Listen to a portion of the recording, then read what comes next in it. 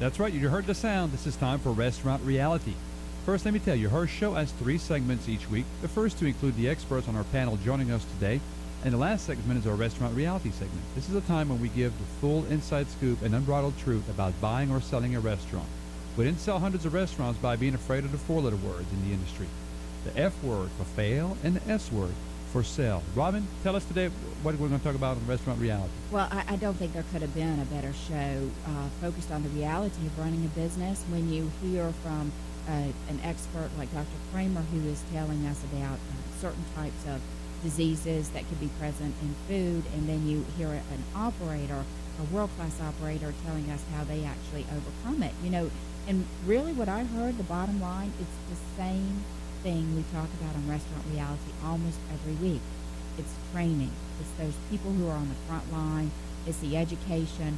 That you do the right things the right way, and you train your staff to have that same sort of point of view, and you avoid putting yourself in a serious situation. It is, and cultural. I mean, we talk about the frontline people, the managers, the servers, the cooks, the prep people, the people that are handling your food. From the time it comes in a box from the truck. I mean, Dr.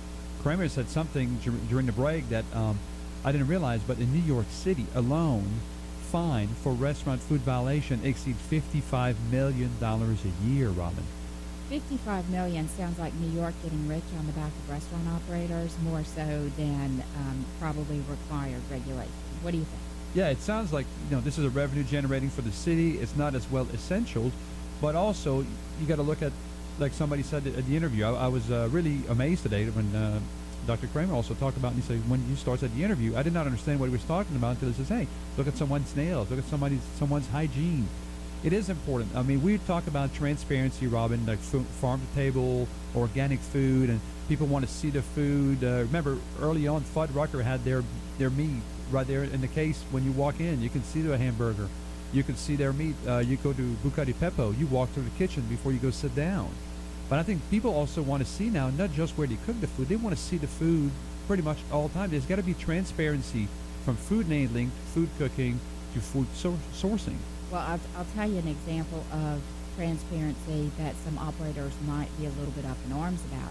YELP back in January made a lot of waves because they said they were working with city governments, and they were going to actually not only have consumer reviews, but also post those help scores right beside the consumer reviews. Now, I double-checked the states and the cities they said they were going to start in, and this information came out about 7 or 8 months ago, and they're not online yet. But, right now, when you walk in a restaurant, depending on what municipality you're in, when you walk in the door, that food safety score should be front and present.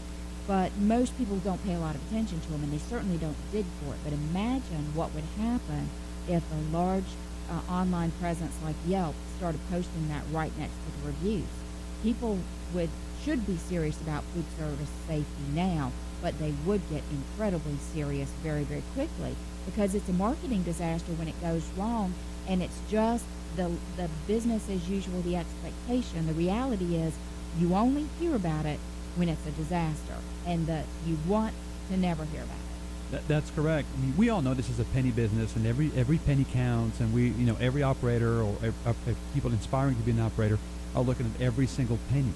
But Corey made a good point today about this. You cannot afford not to do this because the flip side of this, it's going to be devastating. If you're an independent, if something happened, somebody gets sick in your restaurant, more likely the odds are you will not be able to recover from that. So it is very important to have this. This is money well spent to protect your establishment, your customers, and your community from any kind of a potential disaster, Robin. Hey, I have a great idea, Eric.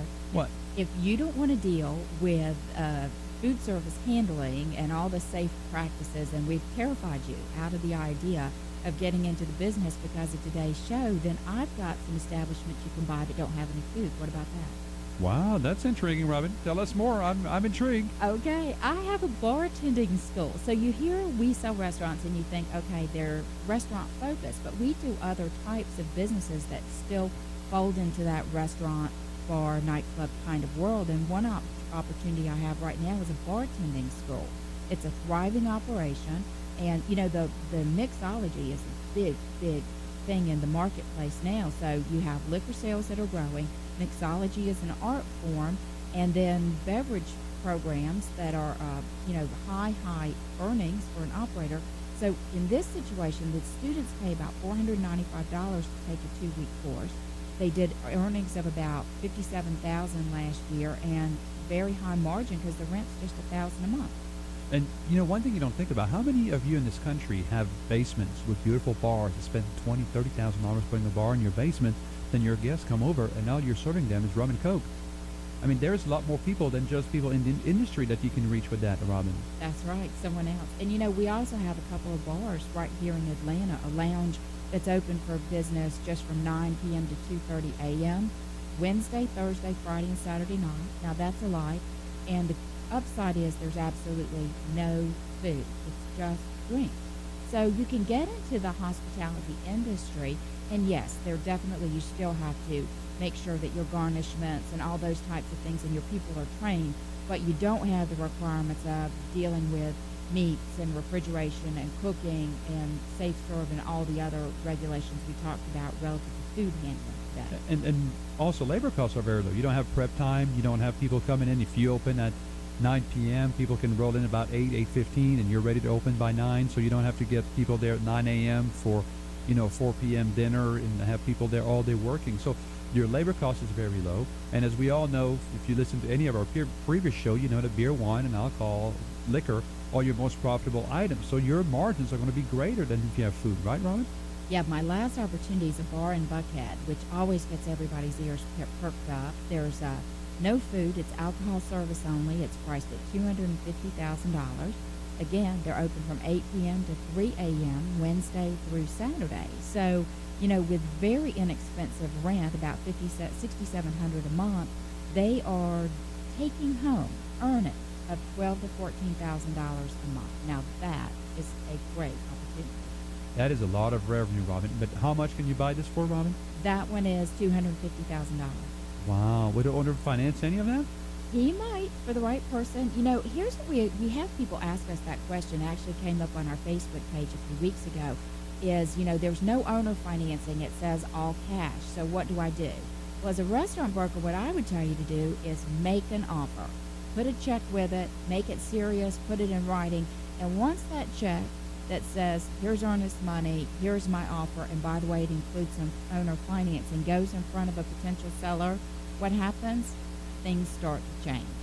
That's right, Robin. And these are great opportunities that we have in front of you today. Once in a while, the restaurant brokers also run into some companies that are food-related industry. Robin, one time we had a equipment company where they sell new and used equipment. That was also very successful. That's related to the industry without having that. So another example maybe, Robin, real quick? Well, I think we're probably out of time to talk about more of the restaurants brokers listings. You can find them online at WeSellRestaurants.com. Please visit our sponsor, GeorgiaRestaurantLaw.com, where you can schedule a free in-house consultation with a Georgia restaurant attorney. And remember, check us out at WeSellRestaurants.com. Find us on Twitter at Sell Restaurants, and of course, we're on LinkedIn. We Sell Restaurants is your industry authority, source for information, and we are the restaurant brokers, Eric and Robin Gagnon.